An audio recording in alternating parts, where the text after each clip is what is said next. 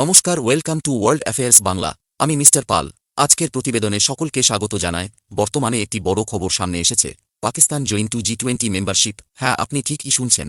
আসলে কিছুদিন আগে পাকিস্তানে হয়ে যাওয়া নির্বাচনে শাহবাজ শরীফের দল হেরে গিয়েও দগলাবাজি করে দ্বিতীয়বারের মতো প্রধানমন্ত্রী হয়ে দেশের মানুষকে আশ্বাস দিয়ে বলেছেন যে তারা 2030-এর মধ্যে G20-র মেম্বার হবে এবং পাকিস্তানের অর্থনীতি পুনরায় চাঙ্গা করবে। এছাড়াও শরীফ কাশ্মীর প্রসঙ্গও টেনে আনে, আর সাথে ভারত বিরোধী প্রবচন তো রয়েছেই। এবার আপনার একটা প্রশ্ন মাথায় আসতেই পারে, পাকিস্তান কিভাবে G20-র মেম্বার হতে পারে? যেখানে পাকিস্তানের অর্থনীতির এই বেহাল দশা, জনগণ রুটির জন্য মারামারি করছে, সেই দেশ কিভাবে বিশ্বের 20 সবচেয়ে অর্থনীতির দেশের টিমে সামিল হতে পারে? দেখুন, G20-র অফিসিয়াল নিয়মে কোথাও বলা নেই যে কোনো দেশ বৃহৎ অর্থনীতি সম্পন্ন না হলে সেই দেশ মেম্বার হতে পারবে না। G20-র মূল লক্ষ্য শুধু যে অর্থনীতি তা কিন্তু নয়, দ্বিপাক্ষিক ও বৈশ্বিক অনেক বিষয়বস্তু G20-র আন্ডারে আলোচনা হয়, আর এই গ্রুপটিকে কার্যক্রমের দিক থেকে বিশ্বের সবচেয়ে সফল গ্রুপ হিসেবে মানা হয়। আর তাই এই সুযোগটা কাজে লাগিয়ে পাকিস্তান নিজ দেশ ও বৈশ্বিক মঞ্চে একটা পদমর্যাদা গড়ে তুলতে চাইছে, যেটা ওদের কোনো কালেই ছিল না। আর ভবিষ্যতে কতটা হবে তারও কোনো গ্যারান্টি নেই। 2024-এর G20 সম্মেলন ব্রাজিল হোস্ট করবে, তারপর সাউথ আফ্রিকা ও USA।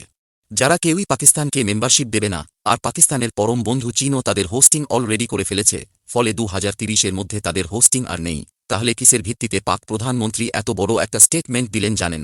শুনলে আপনি অবাক হবেন যে আসলে কোন দেশ পাকিস্তানকে সাহায্য করতে পারে এই বিষয়ে। সেই দেশটি আর কেউই নয়, ভারতের পরম বন্ধু রাশিয়া, আর এর পেছনে কল কাঠি নাড়ছে চীন। হ্যাঁ, বিশ্বাস না হলেও এটাই সত্যি। বর্তমানে রাশিয়া যুদ্ধের কারণে বিভিন্ন সাংশনের মধ্যে দিয়ে যাচ্ছে, তাই রাশিয়ার আশা ভরসা এখন চায়না কেন্দ্রিক। বিশ্বে এখন ভারত ও চীনই তাদের পরম বন্ধু হিসেবে কাজ করছে, যদিও বৈশ্বিক গুরুত্বের দিক থেকে চায়না রাশিয়ার কাছে বেশি ক্লোজ। আর এই সুযোগটাকে কাজে লাগিয়ে পাকিস্তান চীনের সাহায্যে রাশিয়াকে ব্যবহার করে G20-র সদস্যপদ পাওয়ার একটা গভীর আশা রাখছে। এবার প্রশ্ন হল, USA ও ভারত কি এটা হতে দেবে? দেখুন, USA এর কোনো কথা রাশিয়া ও চায়না এত সহজে শুনবে কিনা বলা যাচ্ছে না, তবে ভারত তার জিওপলিটিক্যাল পাওয়ার ইউজ করে রাশিয়ার সাথে এই বিষয়ে একটা কনভেন্স অবশ্যই করবে। কারণ একবার যদি পাকিস্তান G20-তে স্থান পেয়ে যায়, তাহলে বৈশ্বিক নীতি নির্ধারণে চীন আর পাকিস্তান, আর তার সাথে তাদের পরম বন্ধু তুর্কি তো আছেই, তারা এক হয়ে ভারতের আনা বিল ও বিভিন্ন জরুরি প্রসঙ্গের মিলিত বিরোধিতা করবে, যেটা ভারত সরকার কোনো দিনই হতে দেবে না। এবার দেখা যাক পাকিস্তান কত দূর কি করতে পারে। এখনও তো 6 বছর বাকি, যেহেতু তারা এখনও ভিক্ষাবৃত্তি ঠিকভাবে করে উঠতে পারছে না, আর সাথে গৃহযুদ্ধ এবং ইরান ও আফগানদের সাথে যুদ্ধের পরিস্থিতি তো লেগেই রয়েছে। সব মিলিয়ে এরকম একটা দেশকে বাকি সদস্যরা G20-তে কেউ অ্যালাউ করবে কিনা তাতে বেশ সন্দেহ আছে। যাই হোক, আজকের প্রতিবেদন এখানেই শেষ করছি। এই নিয়ে বড় কোনো খবর সামনে এলে অবশ্যই জানাবো। ধন্যবাদ।